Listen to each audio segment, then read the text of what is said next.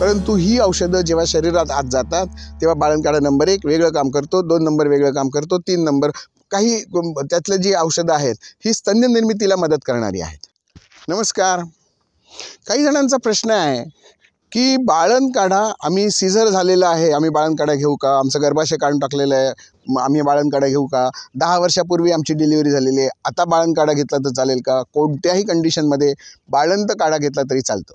बाळंतकाढ्यामध्ये 3 प्रकार असतात, number 1, number 2, number 3. सांडू company बाळंतकाढा तयार करते आणि बऱ्याच काळापासून हा काढा मी वापरतोय माझ्या प्रॅक्टिसमध्ये. काढा नंबर 1 जो आहे हा गर्भाशय संकोच करणारा आहे, गर्भाशय पुन्हा मूळ स्थितीमध्ये आणून ठेवणारा आहे. त्याच्या मागची जी यंत्रणा आहे जी अगदी मेंदूपासून काम करणारी आहे, हॉर्मोन्स आपण म्हणू त्यांना, एन्झाईम्स म्हणूया काही, ही सगळी बदलण्याची किंवा मूळ स्थितीमध्ये आणून ठेवण्याची क्षमता या बाळंतकाढ्यामध्ये असते. त्यामुळे बाळंतकाढा घेणं न घेणं ॲलोपॅथी डॉक्टरना याविषयी काहीही माहिती असत नाही, कारण त्याच्या सिलेबसमध्येच नाही. त्या बिचाऱ्यांना कसं समजणार ते घ्यायचं की नाही, डोळ्यात काजळ घालायचं की नाही त्यांना कसं कळणार, सिलेबसमध्येच नाही.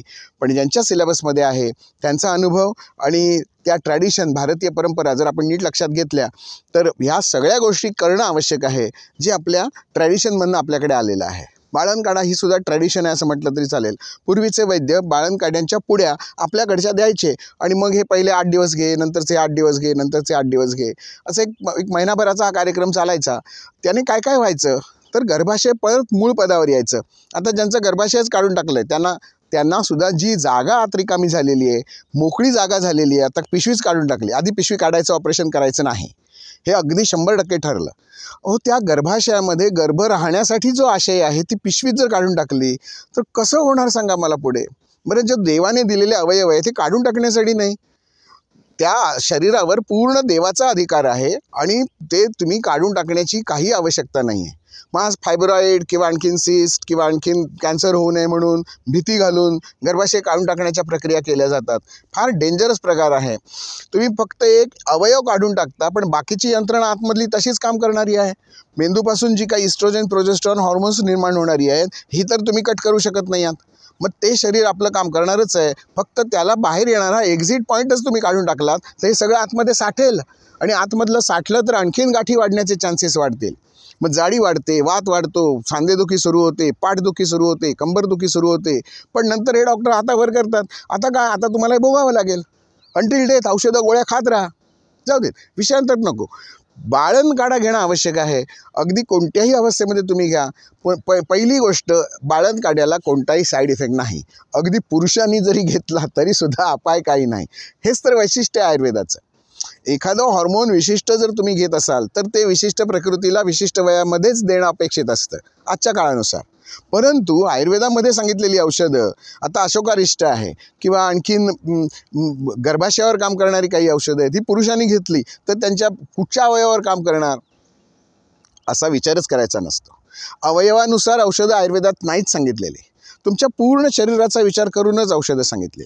मग अशोक, ज्याचं नाव अशोकावरनं ठेवलेलं आहे, त्या अशोकाचा वापर अशोकाने करायचा नाही तर दुसऱ्या आणखीन कोणी करायचा, केला तरी चालतं. जिथे आपल्याला रक्तस्तंभन अपेक्षित आहे, जिथे संकोच होणं अपेक्षित आहे, तिथे तुम्ही वापरू शकता. त्यामुळे सी सेक्शन झालेल्यांना किंवा गर्भाशय 10 वर्षापूर्वीच बंद झालेला आहे, पाळी बंद झाली, आता आम्ही घेतला तर चालेल का, त्याची काही तशी आवश्यकता नाही. कारण आपल्याला संकोच करायचा नाही. जिथे संकोच करणं आवश्यक आहे, मूळ पदावर आणणं अपेक्षित आहे, अशा सगळ्या ठिकाणी आपण बाळंतकाढा वापरू शकतो. वापरल्यामुळे अपाय नक्कीच नाही हे सांगतो. उलट जेवायच्या अगोदर जेव्हा तुम्ही बाळंतकाढा वापरता त्याने भूक चांगली राहते, अन्नपचन चांगलं होतं, आमनाशन होतो, अन्न पुढे सरकायला मदत होते, गॅस निघून जायला मदत होते, पित्ताचा बॅलन्स राखला जातो, 1 नंबर 2 नंबरला पण व्यवस्थित साफ होतं. मग एवढे जर गुणधर्म त्याच्यात असतील तर बाळंतकाढा घ्यायला काहीच हरकत नाही आहे. त्याच्यातले जे इन्ग्रेडियंट्स आहेत हे वाचून त्या पद्धतीत पुढ्या वैद्यांनी तयार करून दिल्या तरी चालतील.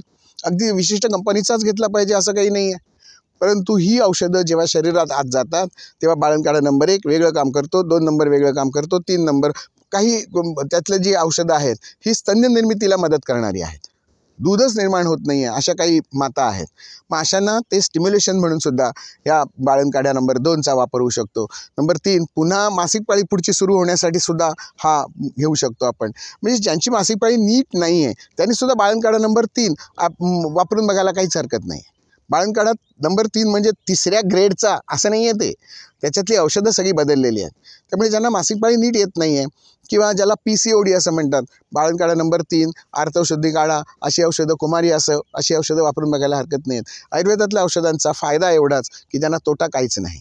फायदा तोट्याचं गणित बघण्यापेक्षा माझं शरीर मला ईश्वराने दिलं आहे ते जतन करणं आणि ते 100 वर्ष सस्टेन ठेवणं, शरीराचे नियम ओळखणं, शरीराचे सिग्नल ओळखा नावाचा माझा व्हिडिओ आहे. तो व्हिडिओ पण तुम्ही जरूर बघा. या सगळ्याला आरोग्य असं म्हणतात. आरोग्य हे विकत घेता येत नाही, पैशाने कधीच मिळत नाही.